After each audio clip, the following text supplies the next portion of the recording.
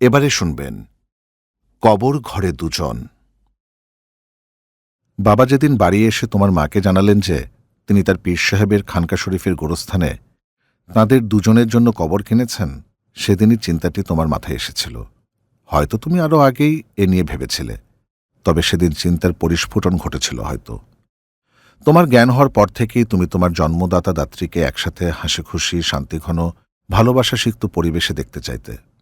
তাদের মন ভালো থাকলে তোমার মনও খুশি থাকত। দৌড়ে গিয়ে তাদের কোলে ঝাঁপিয়ে পড়তে চাইতে। হয়তো তুমি তা করতেও, তবে তা তোমার জ্ঞান ফোটার অনেক আগেকার ঘটনা। সেই ভালোবাসার ঝাঁপাঝাঁপি তোমার মনে নেই। তোমার বাবা যেদিন কবর কিনে বাড়ি ফিরেছিলেন, তুমি তখন তোমার জীবনের 15 বছর পার করেছ। কবর নিয়ে তেমন চিন্তা না করলেও তাদের দুজনের সম্পর্ক নিয়ে এই পুরো 15 বছর তুমি অনেক ভেবেছ। 5 বছর বয়সে যেদিন প্রথম দেখলে তোমার বাবা তোমার মার মুখে আঘাত করলেন এবং মার মুখ থেকে রক্ত ছুটে বেরুল, তুমি সেদিন কিছুই বুঝতেই পারোনি। তারপর আরও কয়েকবার যখন একই ঘটনা দেখলে, বুঝলে তোমার বাবা মার জীবন কলহপূর্ণ, অতি সংঘাতময়। তার অনেক আগেই তোমার পিঠাপিঠি ভাইয়ের জন্ম হয়েছে। বাবা মা যখন যুদ্ধ করছেন, কেন যেন তুমি চাইতে তোমার ছোট্ট ভাইটি তাদেরকে যেন দেখতে না পায়। তুমি তাকে গল্প শোনাতে, ছেলে ভোলানো গল্প। এই জ্ঞান তোমার মনে কোথা থেকে উদয় হয়েছিল তা তুমি এখনও বোঝো না। কি গল্প শোনাতে তা এখন মনে নেই, তবে শোনাতে। গল্পগুলো কোথা থেকে শিখেছিলে তাও মনে নেই। তারও 2 বছর পর তোমাদের সাথে যোগ দিল এক বোন। তোমার গল্পের ঝুড়ি আরও বড় হল। সেই ঝুড়ি নিয়ে প্রায় প্রতি সন্ধ্যায় তুমি তোমার ভাই বোনকে নিয়ে বাড়ির পেছন দিকে ছোট্ট একটি বাগানে চলে যেতে। তুমি তখন ঠাকুমার ঝুলি পড়ে ফেলেছ। তোমার মাই বইটি কিনে এনে তোমায় পড়িয়েছিলেন। তোমার ভাই বোনকে তাই শোনাতে।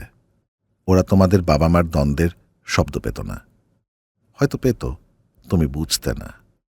কিন্তু তুমি জানতে তাদের কলহ চলছে। বাবা যখন কবর কেনার কথা তোমার মাকে জানালেন, তুমি তাকে রেগে অঙ্গার হতে দেখলে। মায়ের মুখ থেকে গালির তুবড়ি ছুটল। তুমি সেই গালিগুলো অনেক আগেই শিখে ফেলেছিলে। গালিগুলোর অর্থ তুমি জানতে।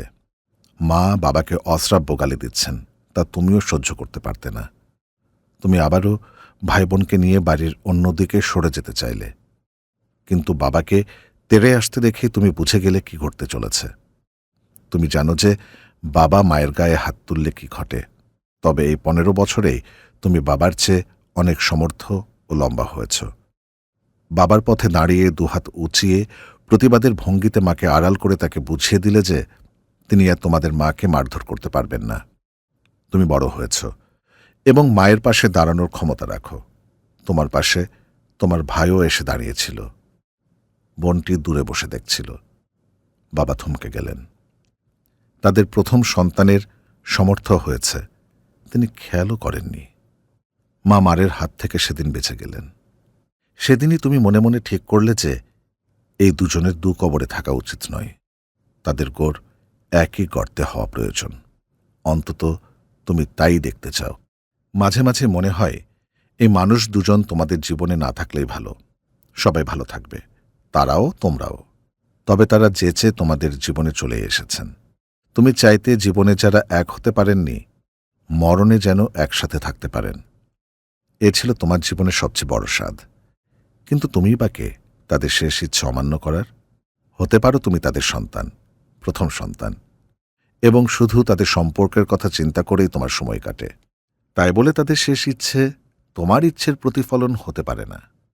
মাকে বাঁচানোর জন্য বাবার সামনে গিয়ে দাঁড়িয়ে যাওয়ার পর থেকে তোমার বিরুদ্ধে বাবার এক ধরনের শত্রু ভাব চলে এলো।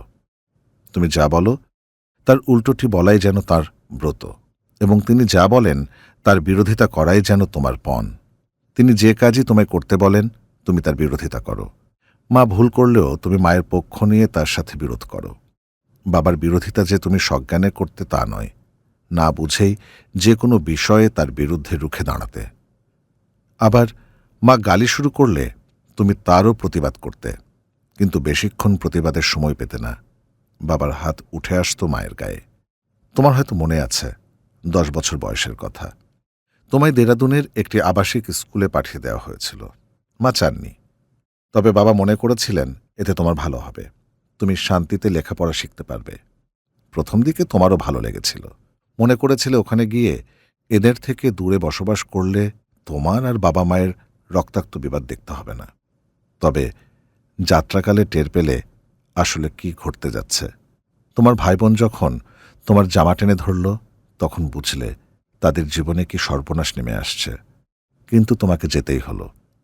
সেখানে গিয়ে সারাক্ষণ বাবা মার সম্পর্ক তোমায় তাড়িয়ে বেড়াত। পড়ার মাঝে, খেলার মাঝে, শ্রেণীকক্ষে, সব কাজের মাঝে তোমার মনে গুমোট মেঘ জমে থাকত। পরীক্ষায় ফলাফল খারাপ হতে শুরু করল।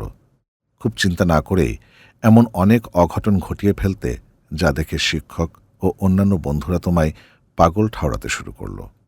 তুমি তাদের বোঝাতে চাইতে, কিন্তু তুমি কেন এমন হয়ে যাচ্ছ তা তাদের কাছে আজ অবধি অজানায় রয়ে গেছে।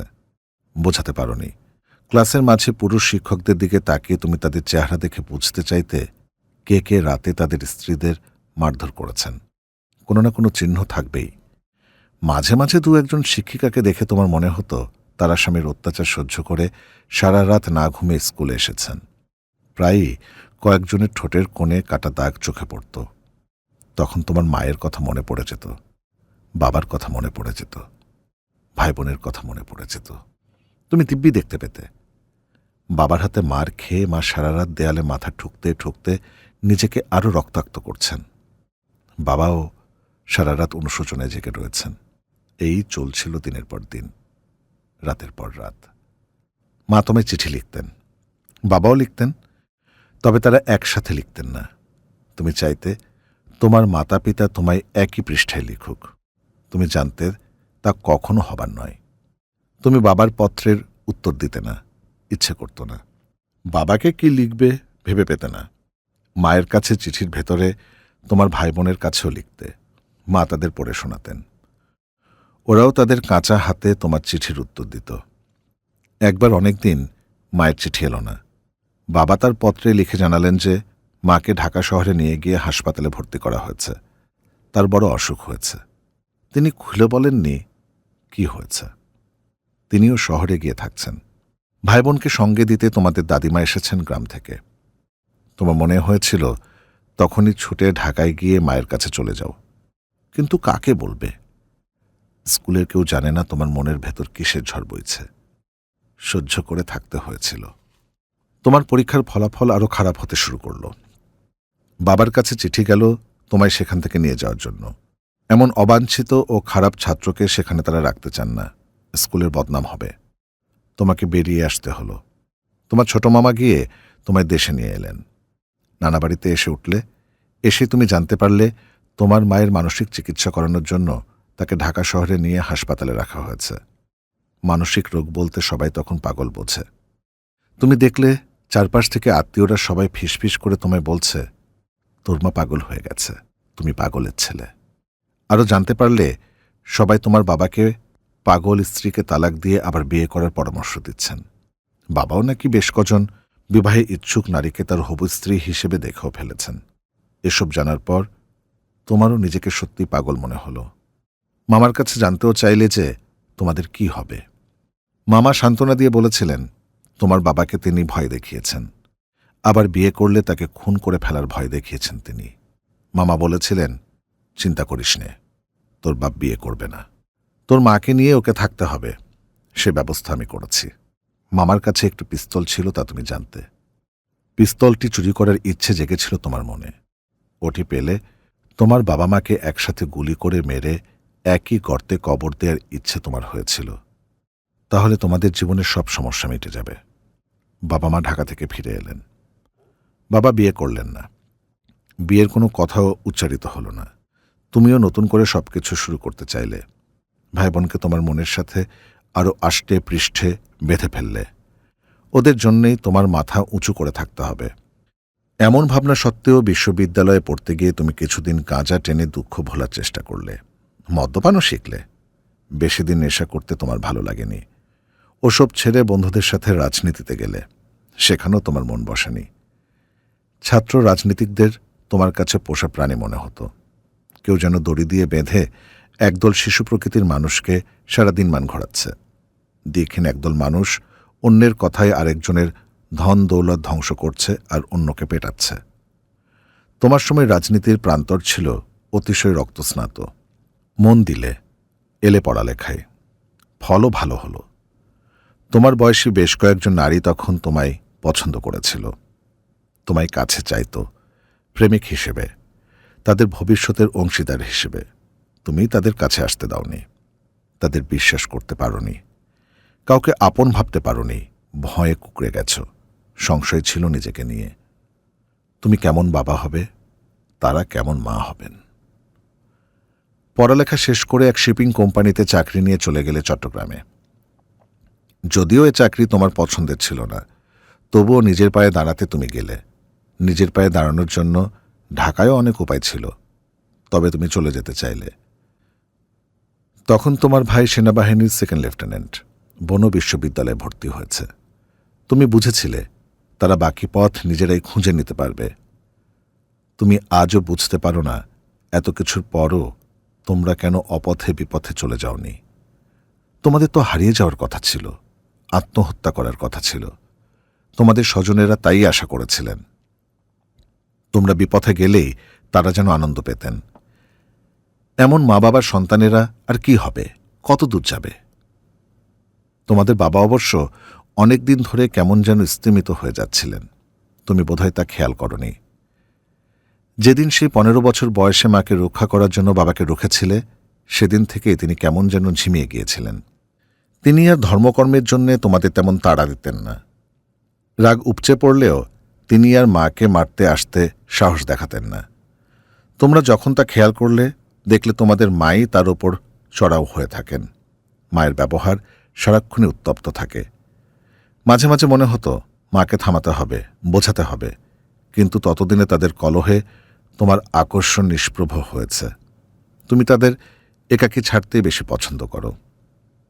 তাদের সাথে প্রায়ই ফোনে কথা হতো, তবে একে অপরের প্রতি বিদ্বেষ ছাড়া আর কোনো প্রসঙ্গই তাদের ছিল না। তাই তাদের সাথে তোমার ফোনে আলাপচারিতাও কমে গেল। বোনের দেখাশোনা তোমার ভাই করে, তাই তুমি কিছুটা চিন্তামুক্ত। এরই মাঝে বাবা একদিন তোমায় ফোন করে মনে করিয়ে দিলেন তার মৃত্যু হলে তাকে কোথায় দাফন করতে হবে। তাদের কবর সংক্রান্ত কাগজপত্র কোথায় রেখেছেন তাও জানালেন। অনেকদিন পর আবারও তাদেরকে এক ঘরে রাখার চিন্তা তোমার মনে ভর করল। আবারও ভাবলে বিষয়টি নিয়ে। টের পেলে আগে যে কবরকে তুমি গর্ত বলতে, এখন তাকে তুমি ঘর বলে ডাকছ।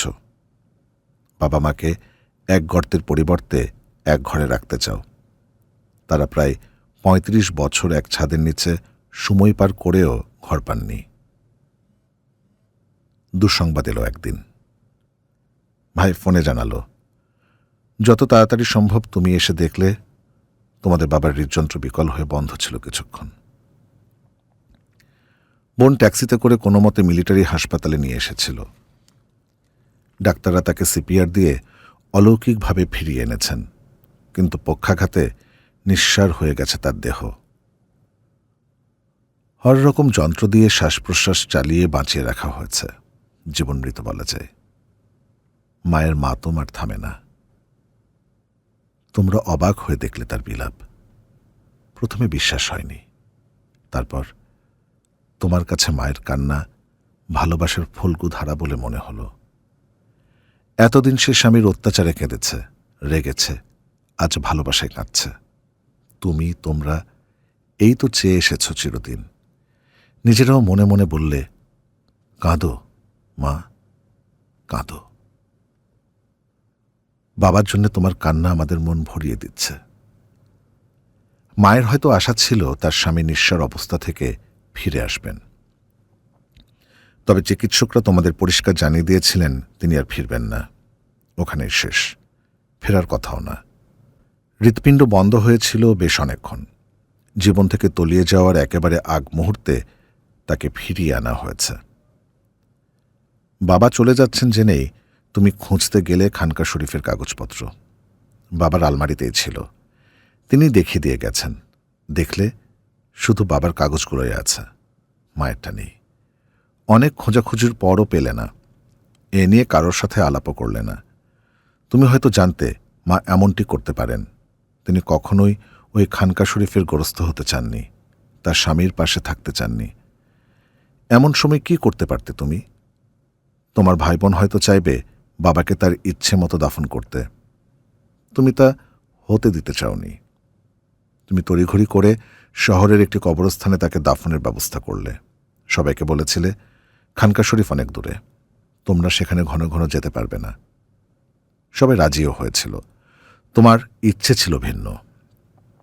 তুমি খুব সন্তর্পণে ভেবে রেখেছিলে কোনো একদিন সম্ভব হলে তোমাদের মাকেও একই কবরে শায়িত করবে। অতি আদরের সাথে তুমিও তোমার ছোট ভাই বাবার দেহটি ধরে নামিয়ে মাটির ঘরে শুইয়ে এসেছিলে। সেদিন নিজেকে তোমার কিছুটা ভারমুক্ত মনে হয়েছিল। ভেবেছিলে আর কোনোদিন বাবা মায়ের কলহ নিয়ে দুশ্চিন্তা করতে হবে না। মুক্ত মনে হয়েছিল। সে তুমি আজ সেই কবরের পাশে দাঁড়িয়ে আছো। এইমাত্র মাকেও এই একই ঘরে নামিয়েছ। বাবার মৃত্যুর পর 12 বছর পেরিয়ে গেছে। এই বছর তুমি এই কবরটি সযত্নে সংরক্ষণ করেছ। অন্য কাউকে যেন এখানে দাফন না করে সেদিকে তুমি বিশেষ নজর দিয়েছ। বাবা চলে যাওয়ার পর মা অনেকটাই একা হয়ে গিয়েছিলেন। মায়ের একাকিত্ব তুমি বুঝতে, কিন্তু তুমি চেয়েছ মা তার একাকিত্ব বুঝুক। একাকিত্বই তাকে জীবনের প্রতি অনানুরাগী করে ফেলেছিল। সারা জীবন যে মানুষটির সাথে যুদ্ধ করে বেঁচেছিলেন তিনি চলে গেছেন। জীবনটাই ফাঁকা হয়ে গেছে। ছেলেমেয়ের উপস্থিতিও তাকে বাঁচার প্রেরণা দিতে পারেনি। গেল 2 বছর অনেক অসুখের সাথে এলোপাথারি লড়েছেন। তিনি লড়তে চাননি। তোমাদের চাপে তাকে অনেক চিকিৎসা নিতে হয়েছে। তার ইচ্ছেই ছিল না। বাবা চলে যাওয়ার পর মা আর খানকা শরীফের প্রসঙ্গ তোলেননি। মা তোমাদের প্রায় বলতেন তার মৃত্যুর পর তোমরা যেন তাকে তার বাবার গ্রামে নিয়ে সমাধিস্থ করো। তুমি তখন তার কথায় রাজি হয়েছিলে, তবে তার কথা মতো কাজ তুমি করনি। আজ তুমি তার সব কবরে নামিয়ে দিলে, ঠিক যেখানে তোমার বাবাকে নামিয়েছিলে। কবরকে তুমি তাদের জন্য ঘর মনে করো। তুমি সবসময় তাদের জন্য ঘর খুঁজতে। দুজনকে আজ এক ঘরে রাখতে পেরেছ। তোমার চেয়ে সুখী আর কে আছে? সারা জীবন তো এই চেয়েছিলে। তাহলে দাঁড়িয়ে কেন? খুশি মনে বাড়ি ফেরো। তোমার অভিলাষ পূর্ণ হয়েছে। তুমি খুশি, সুখী। বিমর্ষ কেন? মলিন কেন? বাবা মার জন্য ঘর পেয়েছ। তোমার পা নড়ছে না। মনে সেই খুশি নেই। বাড়ি ফিরতে মন চাইছে না। যে দুজনকে একই কবরে শুইয়ে রেখেছ তাদের নিজ নিজ চাওয়ার কথা মনে হচ্ছে আজ। মনে হচ্ছে তুমি ঠিক কাজটি করনি। এ চাওয়া তোমার, তাদের নয়। তারা চেয়েছিলেন তাদের মতো করে, তোমার মতো নয়।